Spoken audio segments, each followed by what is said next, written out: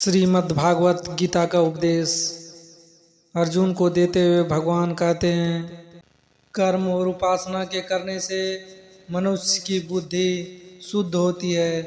इसीलिए जो उपयुक्त साधनों से रहित है उसकी बुद्धि अशुद्ध है, ऐसा समझना चाहिए।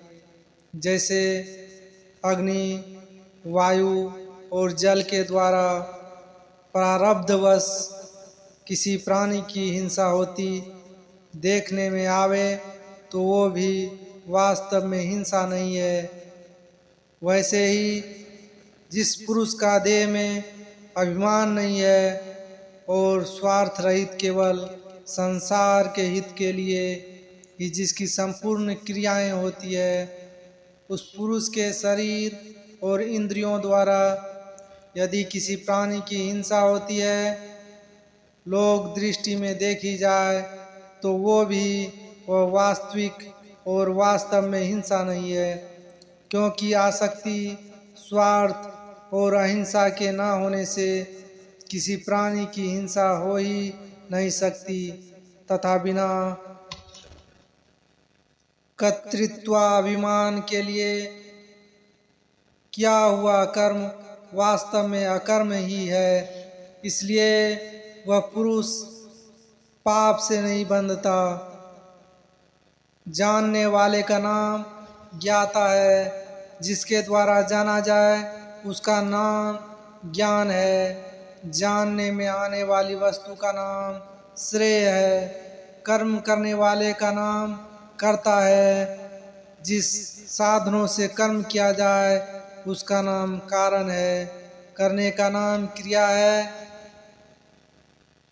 जिस पुरुष के अंतःकरण में मैं करता हूँ ऐसा भाव नहीं है तथा जिसकी बुद्धि सांसारिक पदार्थों में और कर्मों में लिपायमान नहीं होता, वह पुरुष इस सब लोगों को मार कर भी वास्तव में ना तो मरता है और ना पाप से बंधता है।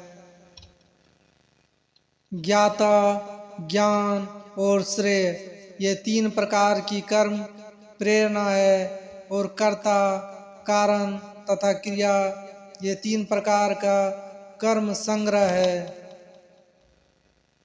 गुणों की संख्या करने वाले शास्त्रों में ज्ञान और कर्म तथा कर्ता गुणों के भेद से तीन तीन प्रकार के ही कहे गए हैं। उनको भी तू समझे और तू मुझसे भली भांति सुन।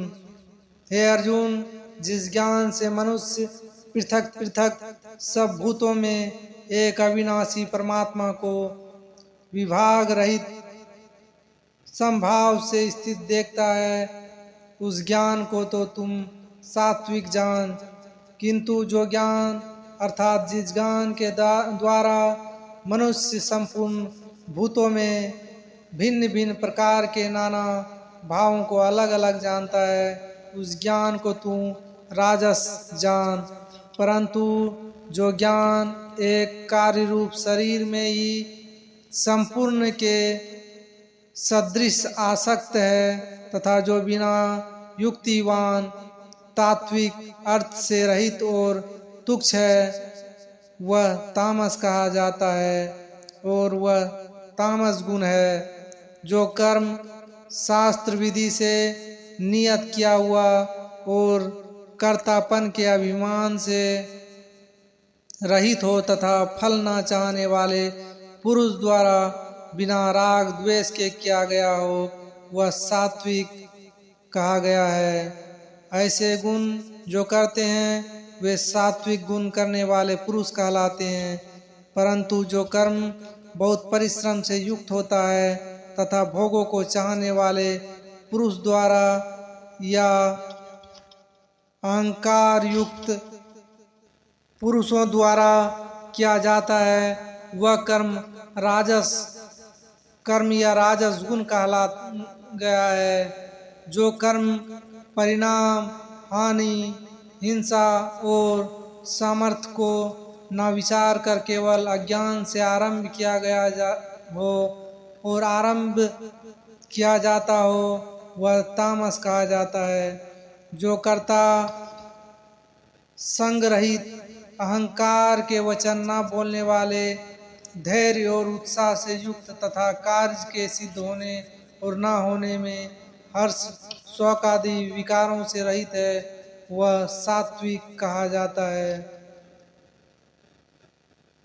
जो कर्ता आसक्ति से युक्त, कर्मों के फल को चाहने वाला और लोभी है तथा दूसरे को कष्ट देने के स्वभाव वाला, असुधाचारी और हर्ष शौक से लिप्त है, वह राजस कहा गया है। जो कर्ता अयुक्त, शिक्षा से रहित, घमंडी और दूसरों की जीविका का नाश करने वाला तथा शौक करने वाला, आलसी और दीर्घसूत्री है, वह तामस कहा जाता है।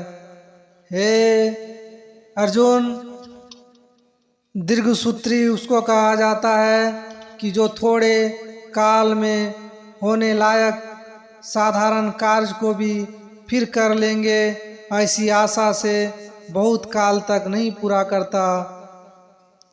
गृहस्थ में रहते हुए फल और आसक्ति को त्याग कर भगवत दर्पण बुद्धि से केवल लोक शिक्षा के लिए राजा जानकर और राजा जनक की भांति बरसने का नाम प्रवृत्ति मार्ग है। हे अर्जुन, जो बुद्धि प्रवृत्ति मार्ग और प्रवृत्ति मार्गों को, कर्तव्य और अकर्तव्य को, भय अभय को तथा बंधन और मोक्ष को यथार्थ बताती है, वह बुद्धि सात्विक है। हे अर्जुन, मनुष्य की बुद्धि के द्वारा धर्म और अधर्म को तथा कर्तव्य और अकर्तव्य को भी यथार्थ नहीं जानता, वह बुद्धि राजसी है। मन, प्राण और इंद्रियों को भगवत प्राप्ति के लिए भजन, ध्यान और निष्काम कर्मों में लगाने का नाम उसकी क्रियाओं को धारण करना है।